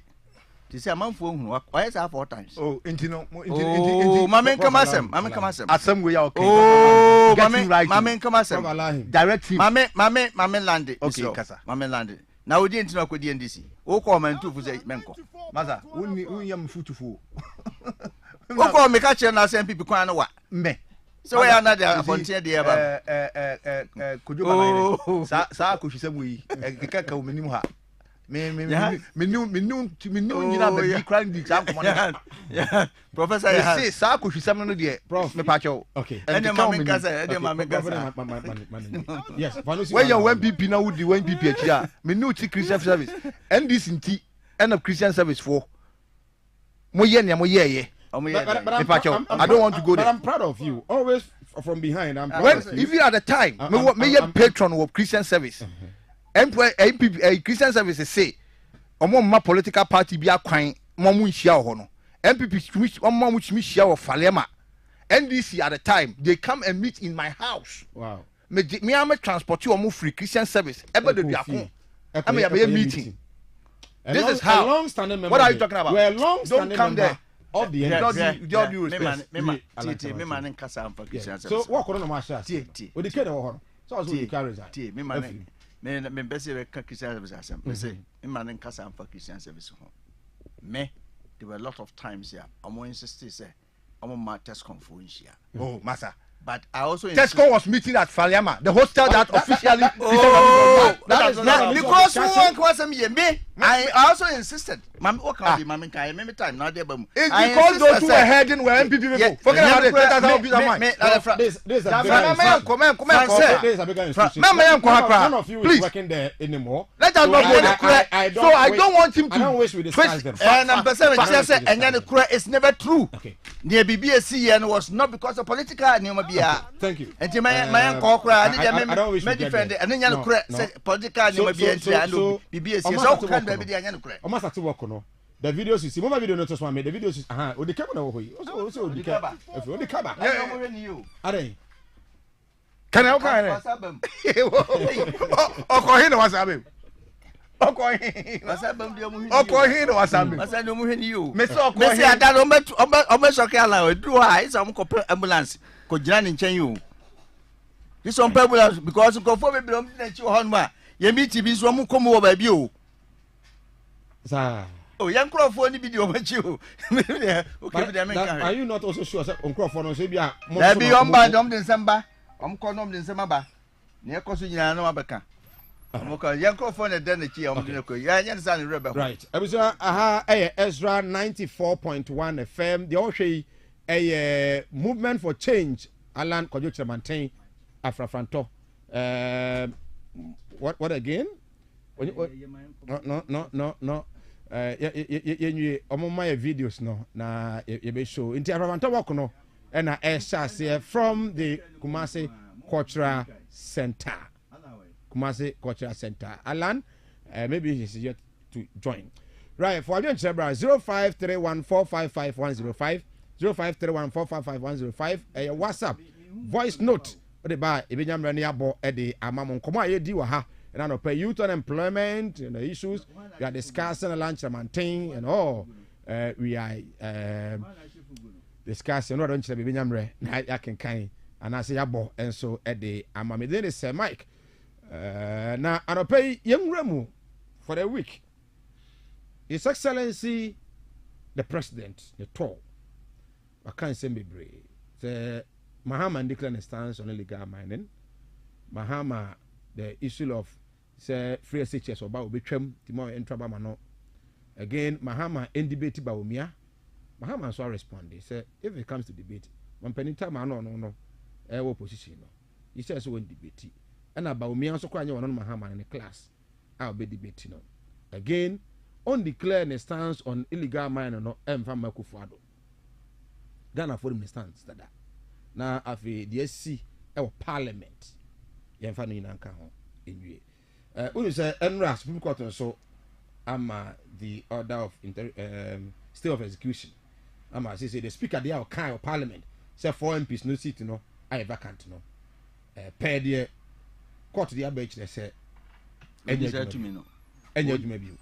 until a determination from the court yenkani na mum in the next 15 minutes 15 in the prof I'm on 15 minutes on campaign and I don't some account Mahama and all those things. Okay. And I feel so the issue of the MPs and the courts. 15 minutes. Ne stand also Ghana for you any answer I want the time and all. And this in him say Galamsey so check here time I sign concessions mama for you can check and find out. Party ban I signed the door. What you say? In say I shall one neighbor no buy your sako in your mama time. So check time when Susa says Ghana 2010 and I'm on Penimil's time. The Sassi so more a Kuvado actually on understands. What the a training amount for Yasisi machines and your mobile had a coso. Also one children also was a Ghana phone in the stanza or no or say Ghana there or no every coin would be. Missy Bia. What I say? Ain't he? I don't know there because or Cassim Cofobicra, my illegal mining. Am I Yacho Mogua Bayman? Or about be you almost. Quacuba, Munia, Quamontin, or Casamoya by two. Or this song, Crawford, I don't know. They are not the legitimate people also don't Kugumu. Young Crawford, are behind this youth noir. Master, see out to a ban would be in such a bibutum near Chenua. Omo master no se ngune money ko chino ye chi wansa na wa ya chi won ya hwemo mo achire bia o master che ye to ase nti obeso che se koto so mti nsu nsu ani eja omo asem wo zo kan e mampani kasa asem no neto so mi no debate no so ma osuro Muhammad Maumia na ono de bia se na no say amuntimi criticize me because you have not been in government before you have not been in government okay kasa asem no so what is one here? Inti mo na sem de mempese be kan ndisi fo anya candidate amfana contest. Nesen ko mo sesa no. Obi a opapa ono ane party mu. How do you take away Haruna Idrisu ene munta kasa mo won campaign ho? Opa mo mo. Wan yen kura de ni odidi ba o mi atem kura enim so aye no keka nsem hu bebiri kura no. Abobo ni pedi nyina no. Se ne same crab mu nyina di campaign mu a omo ye they have come back to the party. Into want to be debating no because the level of creativity, intelligence any ideas and thoughts near the adin no ya onhwe na kofa somaba boni ade obabeka propaganda no a no de bigum be 24/7 minim se ha monye 24/7 na mu program no dana jo amomonyom anya de foforo bia minim se fuo no bia obi na fuo de kanea be ko na ye djuma na jo ya institutions ya 24/7 dada ewa ha nti ya no de no ho asem be se me kemfe no entu nchen na enti Ghana for mo hwe ba bi on beto amanako e de mpuntu fees ne ha na so betwam because so dia so betwam obetwam in the sense say me ne hands start here no asema no oka and say wo ba you should be responsible to take care of them. What you say? Japan be ko nanim, Japan be ko nanim, China be ko nanim, Europe countries be ko many because the education ko ya ko go do baby. She say you do 38%, you 40% pa industrialization will begin to flock in because I'm of him say on which any pajuma obehuno. And in yadia freeze near Hano. Because in 2009, among Penimils are not a professor. Lego. Now Pandiku for I started education 4 years. 6 months per paper no chemu. I call 3 years. That time no could only be the 2.5 years in the trial exams no. Go and check the results by. Obi I koda no children so he no pass here. Was there be the marks na ma omo. Ntu fi so ba obepe bibia o man koda nsam feel infeli. Nti omo dey school no dey omo mpesa amanfo beko. Nti wontimi nkire. When opportunity pa awofo muntie me asanteman ene Ghana fo nyina muntie me. Mo amudi agade so muntie. E car no nkona mama na ntimi anko bi. Because ono obedi mampani ma Ghana hwe ne manyina omo twi car kase ko schools apapa. On pesa dey aban school hwe nkrofo ma. Manfa no nchen. Speaker na dia oyeye me dia ne meka no say oy partisan. O show NDC. How? Yantia na obey bill la no so kwaya no to kwan. Utim to kwan sa just frustrate the system. Do ajaho. One ko do free NDC na no san ba yo. But insan nyama wunya yanti bi da. Because I did a lawyer. What parliament homes are 28 solid years. And the BB will be a winning. So we need cry and care for. Because ye cry and call hoda. I a THD I can be. Ye himself idea we in council because only that jurisdiction. Because near see first no. And 3 year. You see mun answer. Did you see first no you to say and nature yan kenny. Ben so I say. Because parliamentarian at that time no and they were kind we yan permanent free ho o ye na juma je wa ewie o tia se o ye na juma ewie emran say part in the bus ko nipa so se ye de ne baaye no wo so on kan ho bi mu na ho na de baaye nti kanipa no no so tumi NDC ni no na NDC for churo krata de baaye ye nipa ye de ne baaye was one kind who be until I say, and a crown only said to me, no, who push their call a madam. What I say, na Supreme Court decide the amount. Now on, I say, the referee of the, TSS, Sir Chamber now, Hornum, the leader of the chamber, no, a majority leader, no. Into the idea, ba, majority leader or objection, but the idea, no, baby, sir, ye interpret the idea, no, about to go.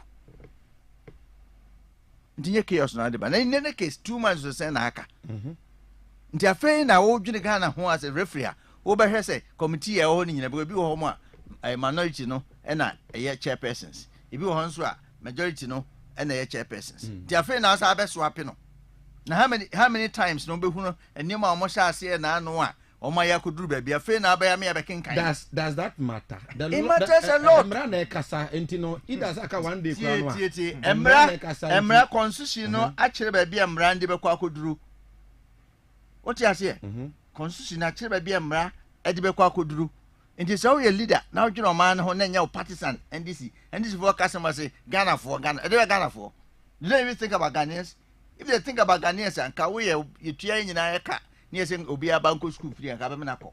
Health insurance and car buy and Cabitia, Marian Fonsa Hospital, and come for capitation, Emma Matras and Tamanso. What I say? So it's NDC idea.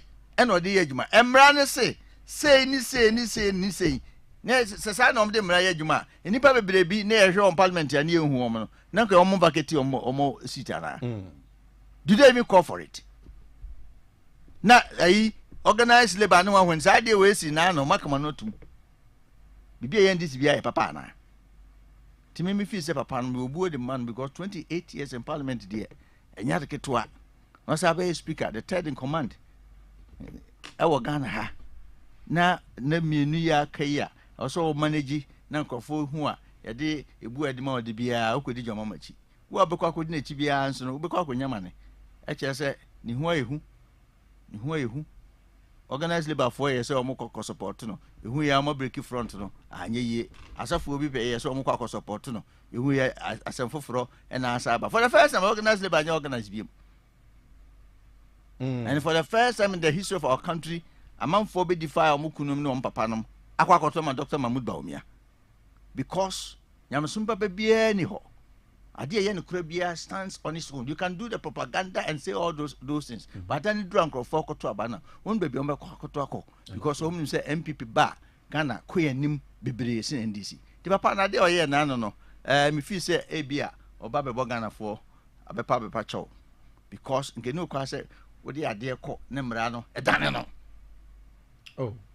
There be emra no tie wo ye o take decision as a see ye wo Formina de Formina na esiama eye MP esiama wan trade dem ho me say wan trade dem ho they want to just mention it and na dey see they were going to change who is the leader of esiama there was 8 days to elections and I me say tie esiama dey 8 days to election kubisa say next election wan ya me say ne see enrai and party for na dey let call you but no na kan also wan sesa and the party for no di mra no so no de krata aye of course now say constitutional judicial Supreme Court na Supreme Court ruling man and the ka wo ba na wo hu sa ne ne da ho nan no ye ntoa so kra nsa wodie wodie de NDC for omo nka ho oh I didn't know the church oh na anyway ne ma church the strategy ma ye papa na de no ye no anyi die enti mesere no me pogana for chow because you obo de man na wonya se odi NDC for achi no was odi NDC for achi sa gidigidi e be ka kofa soma ba wa hwe ya na MP for is okay won't kura na mra no kura on tia sentie ma on tranchen impeachment bi e ba be shase so are those supposed to members of the MP I no mo churo se mo nye members of MPP mo party no e kire se nipa mienu from one party between contest a seat in one constituency.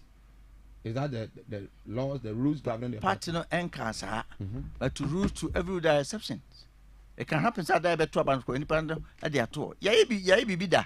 I'm fine for where. Yai be da. Me a BMD no kwasia. Yai be da. I mean so ho am fa so am yai.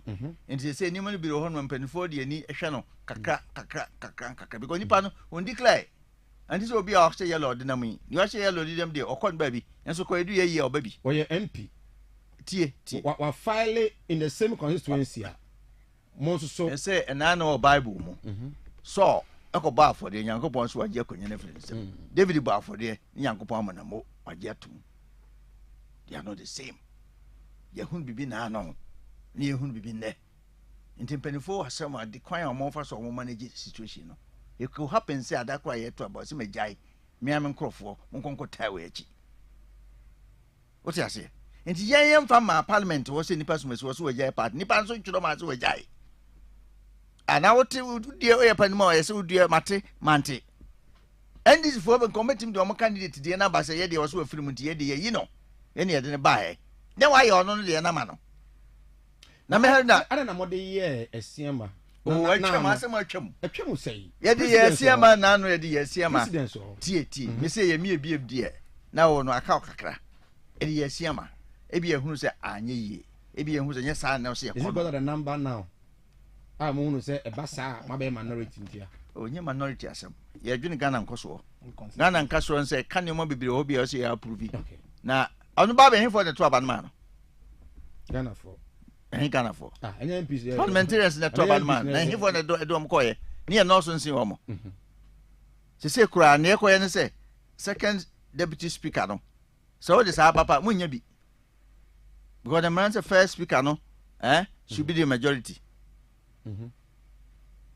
what I say second no should come from either opposition or independent nto benya bi wan nto be ma parliament adwuma nyina I stand still nto ya pani ba mi wie nto ya pani mu a we ya pani mu ne de ade ma wa you look at the faces of the evil in the face of true evil the lesser evil is always the best.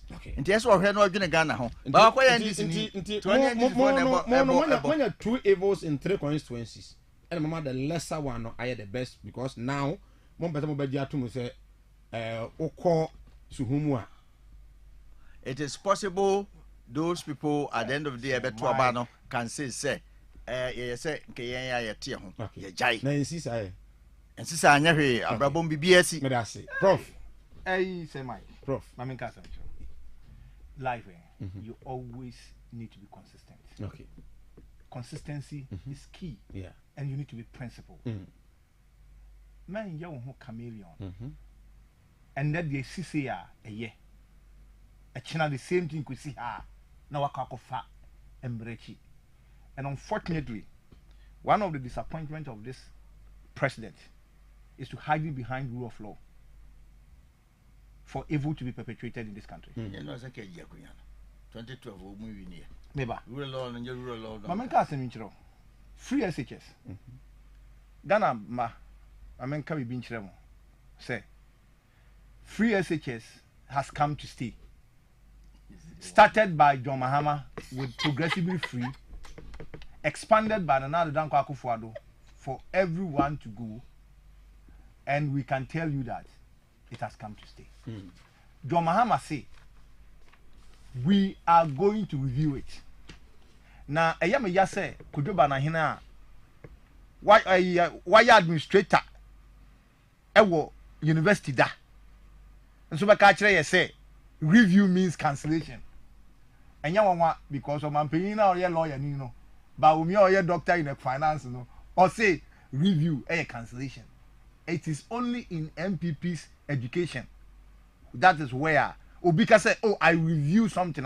Actually say a cancellation. But Ghana for in the Oxford dictionary, any Longman dictionary, students Koko use, you know, they say review and cancellation. Metradio University. Min Jinahan Casa Asam no. Mamin can be binchro. Free SHS. Implementation. Obi Obakacha said challenges in implementation. No. Odiakushi. Challenges a woman. The double tracker for almost 8 years. You go through and there has not been any solution. The first time in the history of this country, students go school. Omo term come the be end the term the crown so. Omo three exams. Omo three exams na omo wie ya masako. Secondary school first years. Omo wie exams na omo ambefie kra omo san so omo three second years. So what kind of mess is this? This country education omo ma kwan no. Me say, me offer say wo secondary school this year. School be St. Louis. Okay. First year. Second year. Second year. Do three exams. Omo three year one start na be. Do three year na the chance is roll over. Please, you just bisa. If you them say even GS your friend saying timetable with the buyer for reopening now it was I mean we can't live in a country in this mess. In fact, Educhum is West Educational Minister ever. Hey, I'm telling you, Education Minister. Forget about that. About 5 countries. Forget about that. Please, forget about that. They are coming to learn blindly. Please, those who know knows that he is doing so badly in so many areas in the education. Let us not go there. Now, you can say, John Makache say, look, with this whole issue of free SHS, why don't we add the private senior high school? I was a secondary school teacher at Elite College when I was doing my master's in KNS. Yeah. Elite College had a capacity of more than 1,000. Oh yeah. As I speak to you, go and check. Ezra 94.1 When we talk about health insurance, the health insurance policy, okay, so nka say give accreditation to all private secondary schools who have the capacity to educate. Okay. Now come so no any free. It's free. Okay. Because the government has per unit cost Ochiama public school. Okay. And that's what John Mahama said. I am going to allow the private secondary school to be part of the free SHS. Okay. Because at that point, you know, private secondary school are dining in a go say. And you are packing in a kogu. Your friend saying public secondary school. And teachers they are suffering. Matrons are suffering. The students themselves have issues. These are reviews. Nankiya wabanya drain timemufo hu ya. At least nkamuma nwa ya yenimu diwe enwumasuamu.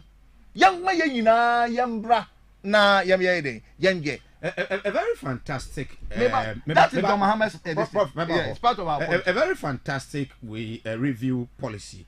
Say we should include the private schools. Sure. Because classrooms require that schools be why a good because you fan ka ho boa me on in your first 3 years universities no private schools ka ho private universities no e can free for first years no ho ana. As you speak, the private universities are not partner. Why? Wait. You see, this is where some of you got things wrong. When Akufo-Addo was bringing free SHS, or BBC, MBSA no cost, you couldn't speak about it. You, all of you sat in Kumasi, just because it was free SHS, you didn't even question him. Let me tell you something. As we speak in this country, no public university has come out to tell you that they don't have capacity to admit students. I am just from CKTLM. Currently, we have 16 public universities, 15. And China, parliament and semi akoye na say other bills a good parliament say University of Mampong. Okra baby ana we mu university. University of Mampong bills ni ade na so mo pass here. We are going into about 21 public universities.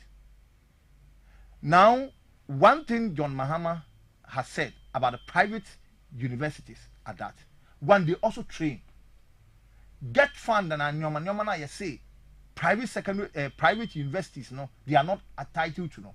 Government have a way of ensuring that they are also giving it. But what we are saying is that look, the private 8 years, what they will be saying for the first year, yeah. We are now into 8 years of implementation of free SHS. Please wait. Prof, you know something. Man. I did obi share. I want to say, oh, Ghana for in Ghana for. It obi wo public school. Yeah. Na say also wo hwe free a. I na private school there wo hwe free. It is. And I was say, also what the universities ba. Yeah. Universities so no Ghana for nyina na be called private, e be called public. Yeah. And I also so there no. Wanya no ni nyina na also say me the map public in kwa. Meaning that inconsistency also it is not from the it is not. Wow. You see, let me tell you something.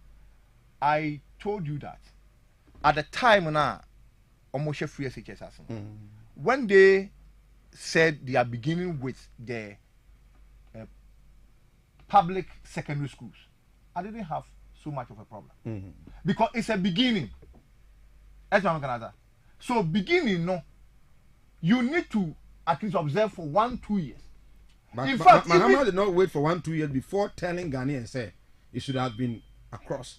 No, wait. Public and private. Wait, please. Even in the secondary school, even the public, even the public secondary school now free SHS, even those who were in first year, second year, third years, they didn't enjoy the free SHS. Did they enjoy it? Please let us not go there. What we are saying is that as we are implementing the policy for the first year, that is why John Mahama told you that. Look, the first 60 days, we are going to have a national forum on education, on health, everything, because the country is destroyed. Okay. So some of these things, and we are not implementing our policy like MPP who think they know it all. No, NDC believes that Obi Ghana be an answer when it is. Okay. And until the constitution, Brian MPP for us, you answer. And to the constitution, because I'm moving on. The four and a year. Mama can be essential. And you know, when it comes to free SHS, we are going to add the public secondary school because 8 years after the implementation of that, we think that something can be done to add that. When it comes to the free university entry, when we implement for the first year, second year, I'm telling you, by then we would have known and would have engaged the private university presidents and registrars and all those things. We are going to think with them and see how, whilst we are moving on, we can rope on them into it. Now, Mamika Bibincho, Kotoba say, Speaker of Parliament, a partisan ruling. I mean, Bisane say, did the Chief Justice also do a partisan ruling? A question I'm Bisane. The judges no crown. Try a new one's crowd. Now, this is the history in the history of this country. This is the first time among the judges from our from high court and all those, we have known party people are Omuni Nana Danko Akufo-Addo are contested as parliamentary candidate. That known. You see, President Nana Danko Akufo-Addo is destroying this country before he leaves. He's destroying almost everything. You see, Olivia Coin. May I question maybe so. May say, so what say Bagman a partisan ruling? Yeah. Did the Chief Justice also do partisan? When do you assume? Okay, Bagman, you see, you see, your friend is a my man can be in job. My young court, what kind of constitution? Constitution. Samoa, who produce our my young kind article now, you know, my young Article 97.1. Okay. G and H. You don't just. Yeah, we are. Young kind Article 55. 2. You see? Sesia yeti. On my babia na 52, 55 2 no. On my babia wo Ghana wedi 18 years I was so to aba. You have a right to belong to one political party. Yeah. At any material point in time in your voting career, one. You don't choose to. You don't choose to. It's a say, go free Kumase, na kujo ba na hene eko ni krom krom wa fa. Nsuta kwa ma bi poso. Ka ba ko pe na wo kujo ba na hene. Wo betumi atenam na wako nsuta kwa ma bi poso. Saa na mbra na tie. Wo ntuni pa ba ko ntumi ntina ka mienum. We yes, how you bunsam. Oh, Mister. Oh, I am not clear. Where from say? Messi. Constitution say. Ghana ni bia betimi. So what's that was what bar? You can join a political party. If I'm wrong, tell me. The constitution they read it. Now, Uba 97 and so. Konako kind. Let's put these two together. You make sure say, send me your hands. Me kwa kumfi. Na sami bedu your friend saying. No, market here as of market. Me faka. Pe jambrana sabi echichire say yan join the political party na yan twaba no. Ka ba ko pe one political party e ka na metimi afro say me de ko. At no point in time na me metimi akwa gina say oh, me ya hands this water, me ye NDC ni, me sansu me ye MPP ni. Etia Ghana constitution no. Ba me what's what's some boa? Catch na me. Number 2. Number 2. Why? Say Michael Kwe. Sabe omudi na nimu na printing say obedi speaker. Brand yakoso Akufo-Addo yin no. Matter. The truth of the matter is say oh yes adie no munnim mra but buapayonti o di say yina mu fi say ena tia mu amunipa sabe oye bold say nia Nana Danko Akufo-Addo di ye ni nti no on pese obegi eyi nti no mo ka chen say eye no kre obia nkasa mfa ho mo ti ho man nkasa mfa ho ende ababeto mo a sabe mo se de me fi say emra na ho no won't choose when you think it favors you. The question is, me call law school. Maybe me call law school. But you miss say, enka sabi say, what the assam court. Na say bibi I say a friend ex party motion. Ka say assam na what the call you know. Enka friend me ni na say mo ho na me da minimra. Nti mrenyim for ha de anka. On call law school nti onu onim. Okay. And John men person on the but at the point here and some way here king. Who were there? My brother, Ghana won. Ye ni bibiano. 1. The 3 arms of government. At least we know 2 arms are amputated. I don't know. Oh, Parliament. It's 1 arm of government. Which is more or less like we are far apart. Which one again? Oh, not the judiciary. No. You have 3. Executive. Executive. Executive is also amputated. The executive. Yes, because the executive is purely partisan. In Ghana here. But the executive is not partisan. When we say executive, you parliament, okay. You see, Prof. Ono we assign mass professor. Yes. Unim law. Minim law. Until I can't say minim. And honorable Bediakon, and so a lecturer, administrator. DC former. Unim law. Many a renowned lawyer, a former chief justice, a former attorney general of this country, and a member of parliament for Esikado Keten constituency. Oh, mother. Honorable Joe Gatti. Including Komo Enra. Now, on also a kind of lawyer for a Monday party, no.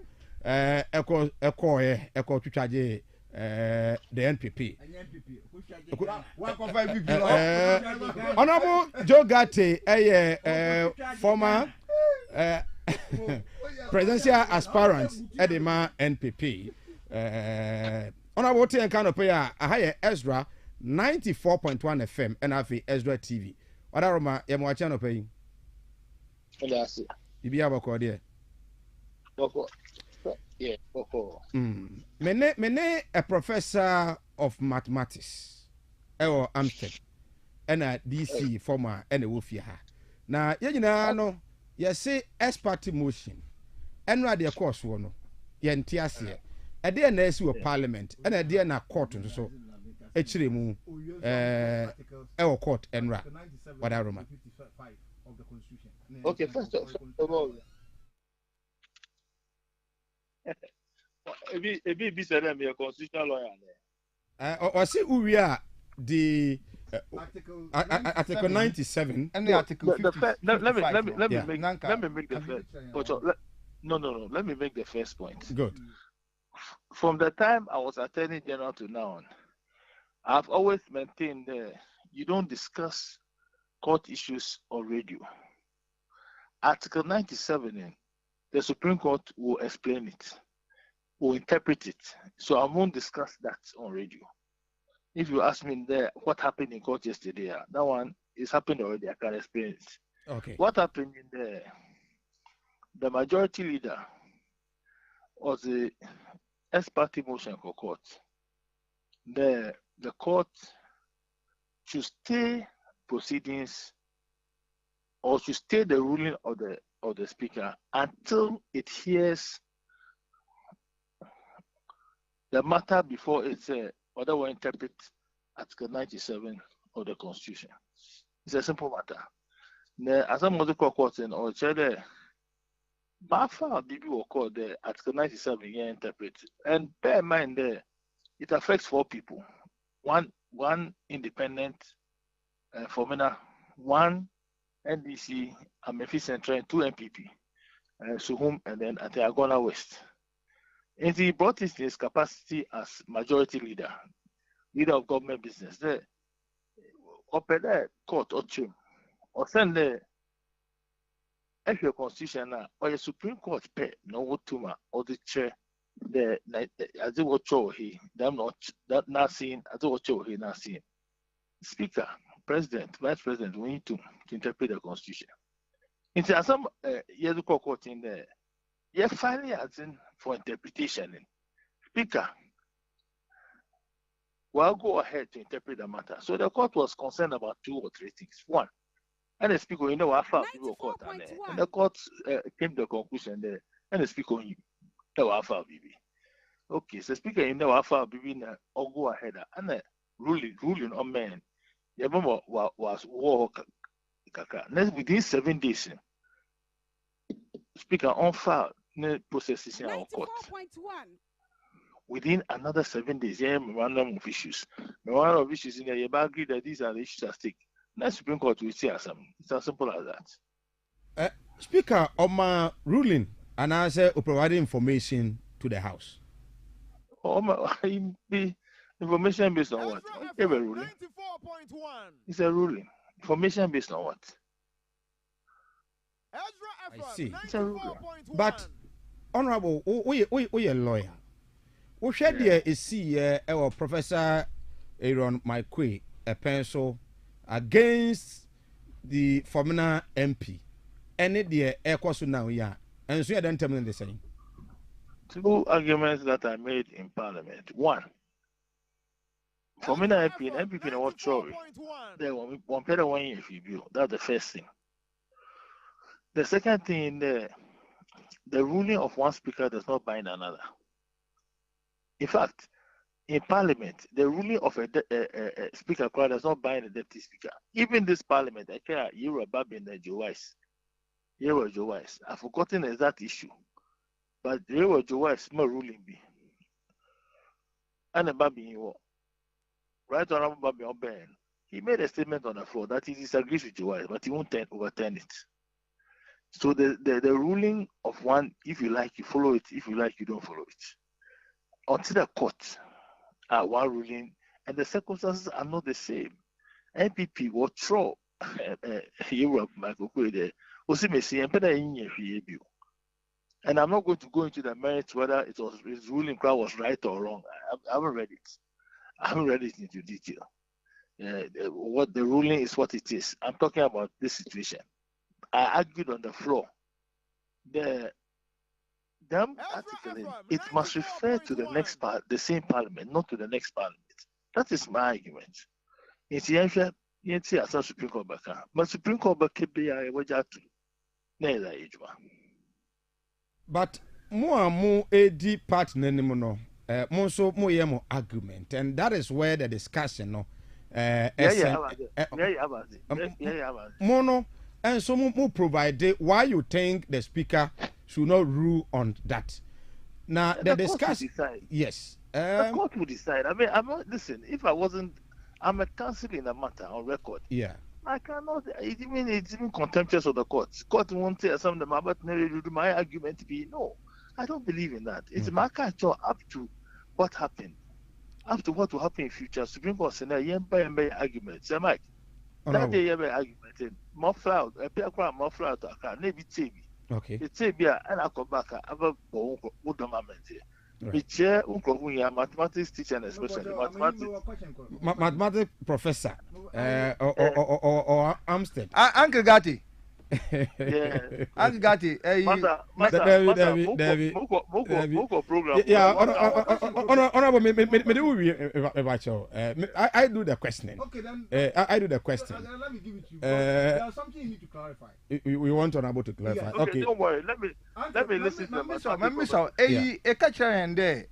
the on micro issue no MPP funa wo petition anamwa. Yes. Enti Esiamadia ono one by in the name of political party or independent no. Yeah. Nti one and kojere or petition speaker. First of all, there are 4 different issues. 1, 2, 3, 4. The first one is NDC. Good. Second one is MPP. Third one is MPP. And the fourth one is independent candidate. The Constitution talks about a member leaving one party to another party. It talks about an independent leaving to a political party. The Supreme Court, some who will be saying that to go for that. As of when where they head, that question must be answered by Siama, not by me. Yakokota will answer the question, not on radio. Right. Mathematics professor, Joe, I give you special greetings because Mama Kasa, Uncle Martin, me too. Why? I give you special greetings because your school na mathematics is empowered. That's why a professor of mathematics. Me okase kwa master original. Yakuboni show. Honorable Jogati, Honorable Yadasi, now Oboduma so said the Obontua across the country, especially in the western region, Ebwa, to ensure say NPP retain. No, I think say the NPP fraternity. No, they always say they are grateful. They are grateful. Thank you so much. I'm also grateful. All right. Okay. Right. I was here in many. You see, mathematics professor, but radio so I am mathematics. Why you from news? Why you from news? I am mathematics professor for life. Thank you so much. Right. I was here many. Honorable Jogati, former Attorney General, Member of Parliament, Esikado Keten constituency, and of course, one time presidential candidate hopeful twice, yeah, hopeful for the NPP. And Mate Ninkano is a good contest no lose fair. Right, yeah, sorry, just a minute. Yeah, wrap up your time or so. 1 minute. Yes, your time or so. You come. If you cannot speak with them, but time and so. Make a man for you now. Yeah. Mompany that idea. Or say or reset country. Okay. And that do so. No, idea quadra. Was idea could be na health insurance in Tia. Was idea could be na or the capitation better Santa Manso. Was idea could be a project be near the bus and my piano, own Vienna, so be the Husika. Near Hen Walker. As Antimaya Ghana, ye. The mistress say you know, about 2 years to 7 December. Dr. Muhammad Baumia, or the back of Judge Mai. Order number 1 for. Mama be answer on fan to honor MP4. Yentuaso. No man peninda da. Let us say the honorable Kwajo Banahene Bediakon, a former DCE, Ewan Suta, Kwamai Beposo constituency. And they MPP mu, maybe I want to make be a honest say. I want to meet me. One cast I want to be a some train. Want to meet me some train. Prof. Yeah. John Dramani Mahama. So who will be out with me again? John Mahama. Ghana ma. Mon Shanamon to Abama John Mahama. Okay. As on another Danko Father the Baumia, Modu Hamo. Okay. Baumia say, Obek cancel e levy on one's not the buy. Or say, Obek cancel betting tax on one's not the buy. This is double standardness. Dr. Mahmoud Baumia cannot be trusted. Okay. With big Ghana Hamo. Dr. Yahans Atta is member of the NDC and also a lecturer, Amstead. I was here and Penifomino and Mote Omonka. Hi, Ezra 94.1 FM. Birthday wishes me no ewaha yemfanyina yen sorry enko Novak Obrempon Aaron Dia Novak Obrempon Aaron Dia and you are 1 year old today from your dad, Honorable Aaron Dia. Just so or say Yama, I would appoint your minister pa na on your case Novak Obrempon Aaron Dia. I didn't be and I would enjoy your minister on your case pa on free adumu and quad dumu. Yamin Pejao na Oma me yes from Kokra. Na emu. And then a special happy birthday we so enkoma efua sewa